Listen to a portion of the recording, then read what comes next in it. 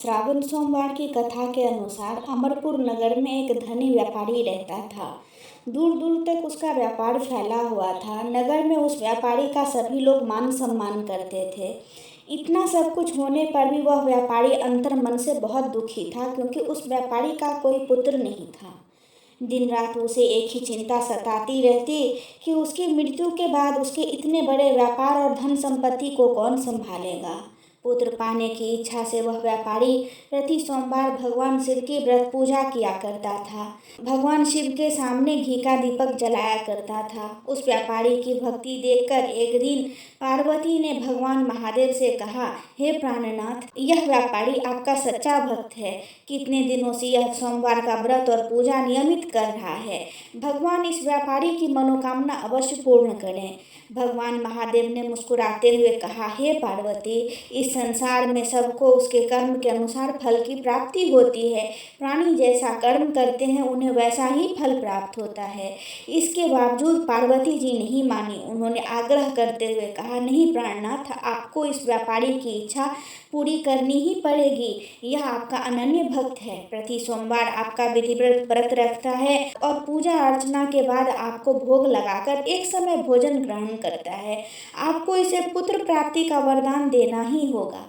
पार्वती का इतना आग्रह देखकर भगवान शिव ने कहा, तुम्हारे आग्रह पर मैं इस व्यापारी को पुत्र प्राप्ति का वरदान देता हूँ, लेकिन इसका पुत्र 16 वर्ष से अधिक जीवित नहीं रहेगा।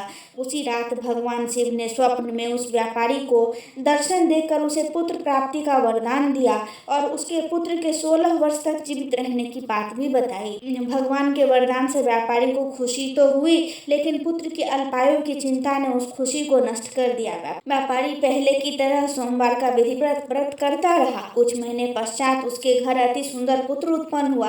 पुत्र जन्म से व्यापारी के घर में खुशियां भर गई। बहुत धूमधाम से पुत्र जन्म का समारोह मनाया गया।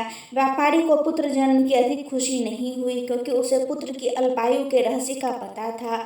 यह रहस्य घर में किसी को नहीं मालूम था। विद्वान ब्राह्मणों ने उस पुत्र का नाम अमर रखा। जब अमर 12 वर्ष का हुआ तो शिक्षा के लिए वाराणसी भेजने का निश्चय हुआ। व्यापारी ने अमर के मामा दीपचंद को बुलाया और कहा, अमर को शिक्षा प्राप्त करने के लिए वाराणसी छोड़ाओ। अमर अपने मामा के साथ शिक्षा प्राप्त करने के लिए चल दिया। रास्ते में जहाँ भी अमर और दीपचंद रात्रि विश्राम के लिए ठहरते, वहीं यज्ञ करते और ब्राह्मणों को भोजन कराते थे।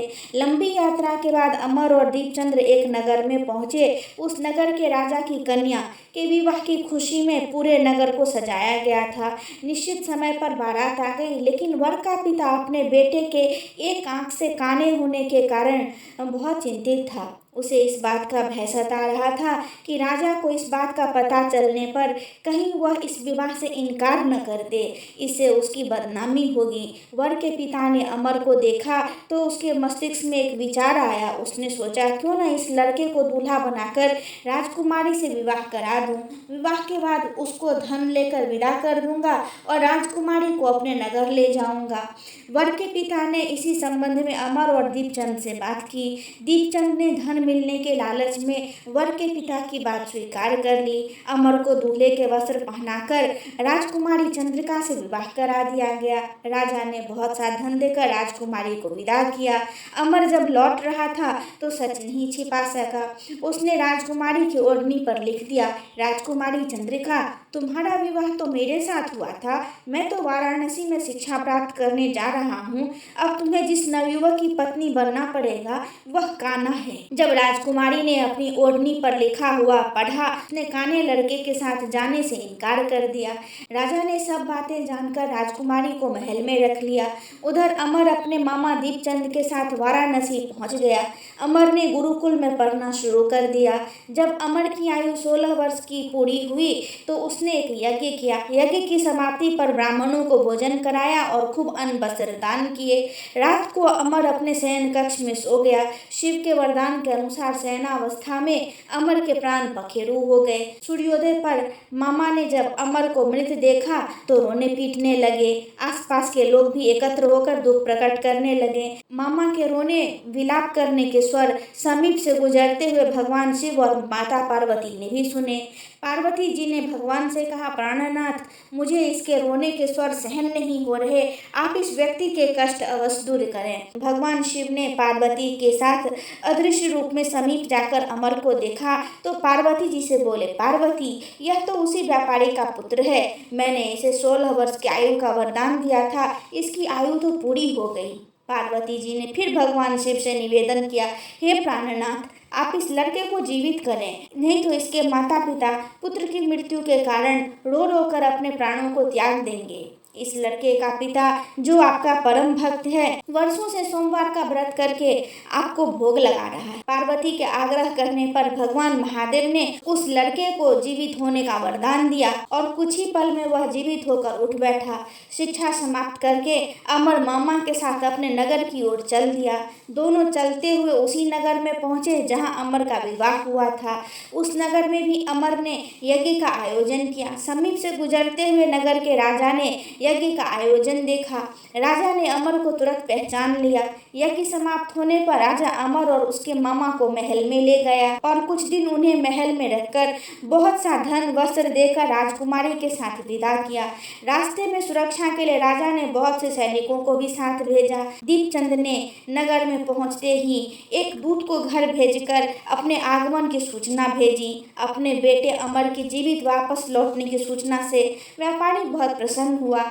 व्यापारी ने अपने पत्नी के साथ स्वयं को एक कमरे में बंद कर रखा था।